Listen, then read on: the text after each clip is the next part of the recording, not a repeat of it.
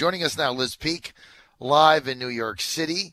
And Liz Peek, as always, Johnny on the spot, or shall we call her Lizzie on the spot, with a column out today. You can read it on foxnews.com. Says, a message from Georgia, hating Trump is not a platform. Liz Peek, good to have you. Good morning. Happy to join you. Well, now, Liz, I think everyone is sort of looking over the last election and the ones before that and wondering, what do Democrats need to do differently? And, of course, the obvious answer is they need to appeal to voters in some way that's important to them. And just sitting around telling them how much they dislike Donald Trump simply is not enough to win elections. So, there's going to be a lot of navel-gazing with the Democrats having spent $30 million on this race and coming up short. Look, it's a red district. Initially, it was thought to be a Republican easy win. It did take the Republicans a lot of money to win this race, but the truth is the Democrats had made a big pitch for it. So now I think they have to kind of reassess where they are. Well, the way you started your article made me laugh. You can read it on Fox News. Liz Peek starts out, turns out money can't buy you love or a House seat in Georgia's 6th District. I thought that was a good starting line, Liz. But by the way, Liz, look, I just got your column at like 6:07 a.m. when you pushed it out on email, and I called you up. Like, who else does that, right? Who else calls you as soon as your column comes out? I do love that about you. There's no question about it. What I thought you were going to say is, when do we all sleep? And the answer is never. Well, yeah, tell me about that. Although I knew Handel was going to win last night. I predicted she was going to win. And I went to bed early. And I'll tell you when I went to bed, because I lived in the district for 22 years, 23. So I know it very well. But as soon as I saw the results of the early vote where Ossoff was only up by 1,000, I knew it was over. Yeah. Because Republicans, they never vote early. They like to vote. Republicans like to vote on Election Day. It's an event for them. All the surveys show that. And they vote. Either they're going to work or they come home from work. And so Ossoff really had to have, in my mind, he had to have about a 7,000 lead in early voting. When he was only up by 1,000, I knew it was over, so I went to bed. But well, I think a lot of people read it the same way. Democrats were encouraged by a lot of voting that was done ahead of time, and I think they felt that was going to result in a much bigger lead for Ossoff. So that was kind of interesting. Look, I think the Democrats were successful in exciting their base, but you do kind of wonder how many of these races are going to happen where they don't win, but they've spent a huge amount of money. They've sent out a gazillion emails to supporters. I'm on their list, so I was getting emails even after the polls closed asking for money for the race, which was kind of confusing. And, at some point, Democrat voters are going to say, the guys running our party are really doing a crummy job. And I think there's a lot that can be talked about in terms of leadership. Frankly, when they reappointed or reelected Nancy Pelosi as one of the heads of the party, I was incredulous. I mean, I really do think it's time for a generational shift in the Democrat Party. I think Chuck Schumer is a terrible person to be leading in the Senate because he has no gravitas. All he does is obstruct and complain about Donald Trump. Again, they're going to have to figure out something to say other than we don't like Donald Trump. That's not working. And by the way, John, another thing that comes out of this last 48 hours, a lot of people are saying, well, wait a minute, maybe the polls really aren't right. Maybe the antipathy towards Trump or the lack of approval isn't accurate. And, that has been talked about for months because, of course, the polling in the election was so terrible. But there is a sense that, yes, the left-leaning polling outfits are undercounting Republicans in all these surveys. They're undercounting parts of the country where Trump remains very popular. It's all part of a grand plan, and that's what I mean. This is not a conspiracy. It is the Democrats' grand plan to basically not allow Trump any legislative wins because they figure that hobbles him in 2018. Yes, it does, unless things that, like what's happening right now with the health care bill, with the Democrats gumming up the works in the Senate, that's just, again, That's not a particularly winning strategy, it seems to me. It didn't work for the Republicans very well when they were obstructing Obama. They got a lot of heat for that. I don't think it's really going to work very well for them now. They need a positive message, some reason that Democrats are going to go out and vote for their candidates, and not just, we dislike Trump. You are so right on that, Liz Peek. Hating Trump is not a strategy, and it's not a platform to move forward and increase your appeal. I think they proved that yesterday. They proved it in Kansas. And I also agree with you 100% on the fact that the Trump base is as solid as ever. I mean, I talk to people, Liz, in my line of work around the country every day, and I can tell you, average people, from people I bump into in McDonald's to getting gas at the Exxon station, the Trump supporters, they're not jumping up and down. They're not doing rallies. They're not putting pink hats on. They're not holding signs up. But they're very upset. They feel this president has not been treated fairly. And so they're more dug in than ever. And this is what really the media can't understand. The pollsters don't get. And Trump is going to, I tell you what, if the election were held tomorrow, he would win again. And I don't even think this time it'd be close. He would win again. And the Democrats are really overplaying their hand here. And you look at the onslaught, the Inquisition, Robert Mueller, the nonsense they're doing. I mean, people are just sick of it. And they see it, I think, right now, Liz, for what it is. Let's get to health care. Mitch McConnell, in secret, so to speak, negotiating a bill in order to reconcile with a House bill, but not very transparent about it. They say they're going to release it on Thursday, a draft of it. I don't think they had a choice. I don't think they could piece this together in an open format with the way the Democrats are behaving, because anything that Schumer found in it that he didn't like would be on CNN 24/7, wouldn't it? Absolutely. Look what happened with the House bill. They ripped it to shreds before even it was even a bill. And look, there are divisions here. There are disagreements.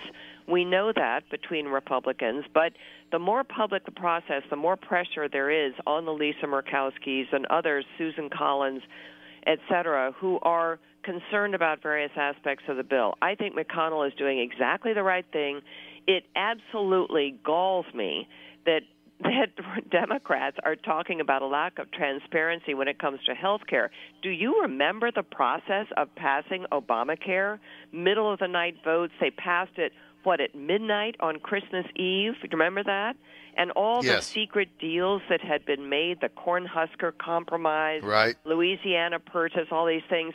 It was awful, and not a single Republican vote. So to turn this around and complain because Republicans are doing essentially the same thing, I think is ludicrous.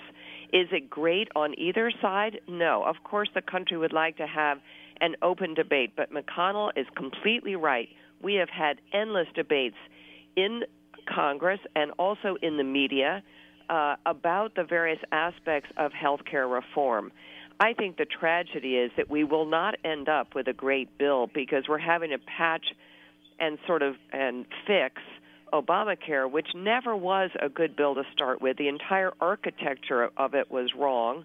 Remember, John, when the whole discussion about health care reform started, there was actually a concern about driving down the cost of health care, not the cost of insurance, but the cost of health care with things like tort reform and so forth.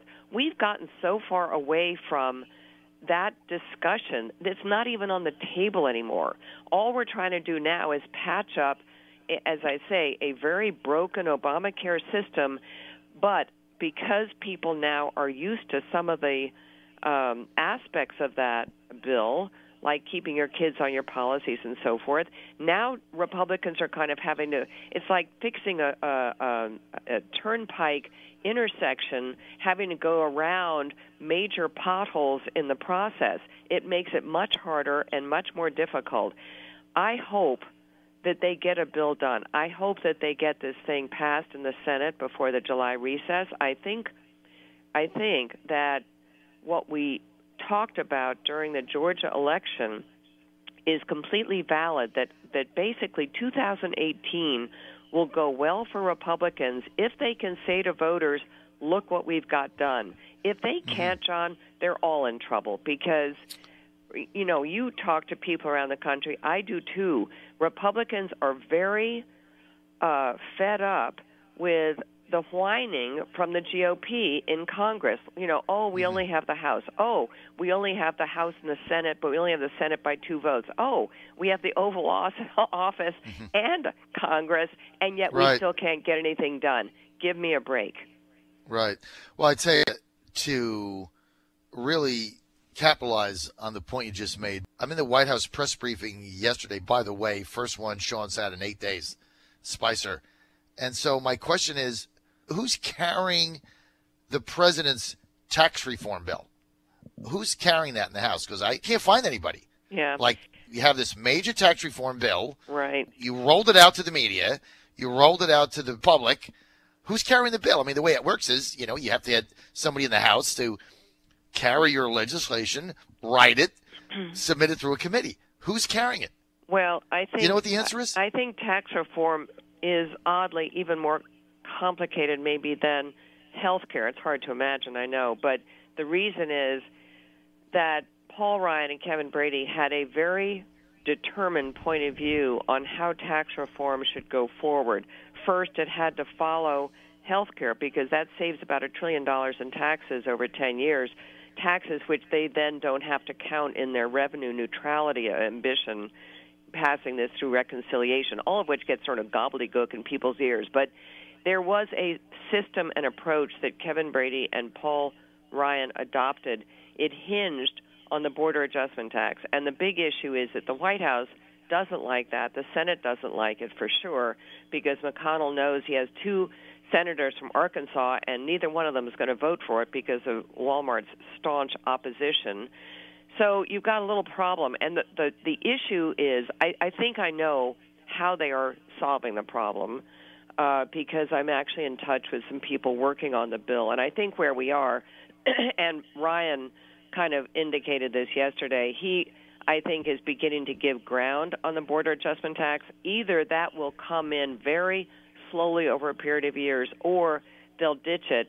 And the way to get around the loss of revenues, that was about $1 trillion over 10 years, is by moving the goalposts for revenue neutrality. In other words, 10 years is the ambition.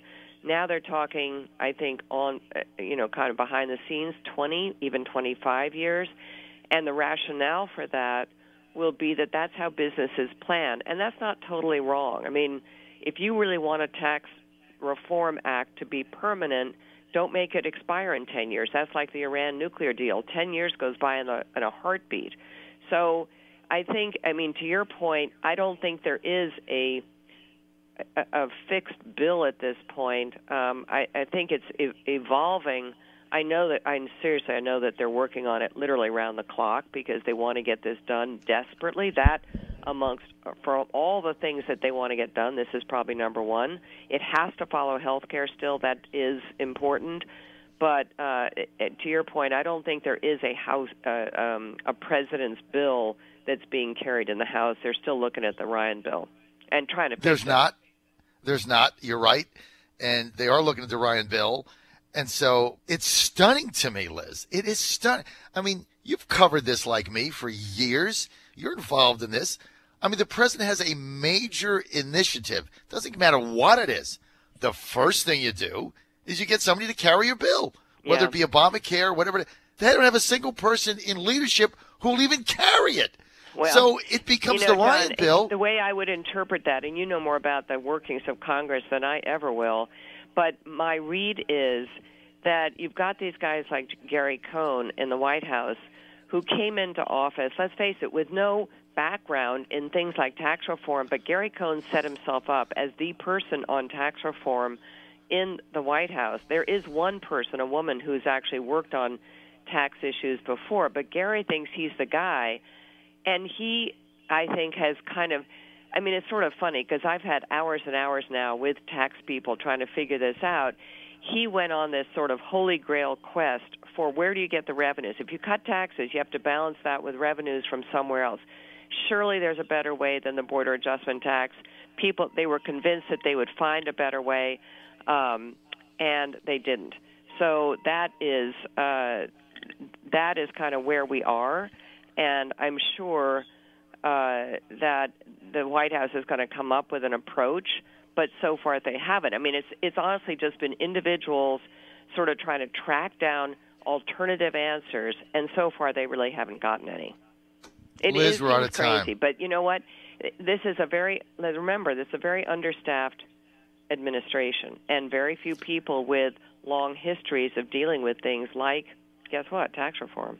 Well, yeah, you know why it's understaffed? Because he put Ryan Priebus in there, who is focused on getting his supporters in key positions and washing out all the original Trump loyalists. That's why it's understaffed. Liz, I got to go. Me John, too. Well, Thank you know what, Liz? John. It is what it is, man. I mean, that's why it's understaffed. All they're concerned about is getting people that are loyal to Ryan Priebus and not President Trump. And so that's why it's where it is.